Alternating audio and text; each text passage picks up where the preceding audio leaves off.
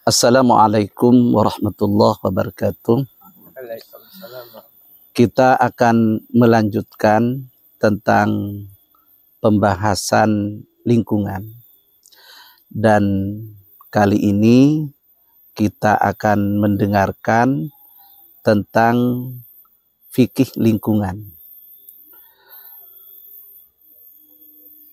Saat ini kita sangat memerlukan tentang argumentasi normatif dari sudut pandangan agama, khususnya agama Islam, agar lingkungan di dunia ini pada umumnya dan di sekitar kita pada khususnya supaya tidak rusak, terawat, maka sangat penting kita ini mengetahui tentang argumentasi fikih, karena fikih ini adalah ahkamus syar'iyyah al-muktasabuh min adillatit tafsiliyah, hukum-hukum syariat yang digali dari dalil-dalil yang secara terperinci. Nah, oleh karena itu pada tadarus lingkungan kali ini kita akan mendengarkan presentasi dari Saudari Diana Indah Susilowati yang akan mempresentasikan mengapa perlu merumuskan fikih perubahan iklim. Kami persilakan. Baik, langsung saja. Tapi sebelum itu kita akan membahas tentang fikih terlebih dahulu. Fikih di sini adalah hasil pertautan antara wahyu dan realitas atau konteks tertentu. Mempertautkan wahyu dan realitas memerlukan proses ijtihad. Ijtihad sendiri adalah proses memahami realitas, kandungan makna wahyu, dan merumuskan pandangan yang dikandung dalam wahyu tersebut untuk merespon realitas. Dan selanjutnya, apa sih fikih perubahan iklim itu? Fikih perubahan iklim sendiri terbagi menjadi 3. Yang pertama, jihad iklim. Jihad iklim di sini berarti aksi iklim, yang artinya atau bentuk jihad. Da'fu ad-dalar an al-mashhum. Yang kedua adalah ijtihad iklim, yaitu merumuskan pandangan hukum untuk persoalan-persoalan partikular terkait iklim, seperti pembangunan PLTU, carbon trading, substitusi energi, dan lain-lain. Yang ketiga adalah mujahadah iklim, yaitu tadabur ayat-ayat semesta dan gaya hidup menghadapi perubahan iklim. Baik, terima kasih. Tadi sudah dijelaskan bahwa di dalam fikih perubahan iklim itu ada jihad iklim. Jadi kalau kita ini melakukan amaliyah merawat lingkungan, berarti kita itu telah melakukan jihad, perjuangan terhadap penjagaan lingkungan yang ada. Kemudian ada ijtihad iklim di situ.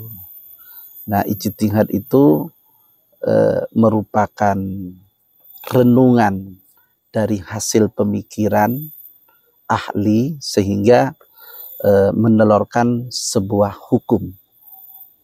Dan yang ketiga adalah mujahadah iklim gitu. Ya, artinya kita tadabbur ayat-ayat.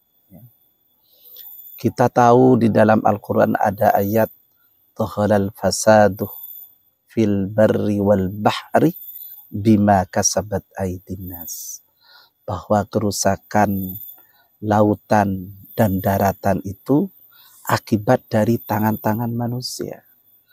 Jadi jangan kemudian kita memiliki persepsi ketika ada bencana, ya Allah, kok Allah tega, kok Allah zalim. Jangan sampai seperti itu. Jadi bencana-bencana yang terjadi ini adalah akibat dari tangan-tangan manusia. Ya, kita tahu bagaimana hutan dibabat, Nah, kalau kita mengacu kepada tausiahnya almarhum Kiai Haji Hashim Muzadi, beliau kan sering kali memberikan tausiah. Nah, kita berdoa, ya Allah, jangan sampai terjadi bencana, ya Allah. Tapi hutan dibabat, pohon-pohon besar dirobohkan, diambil, dirusak.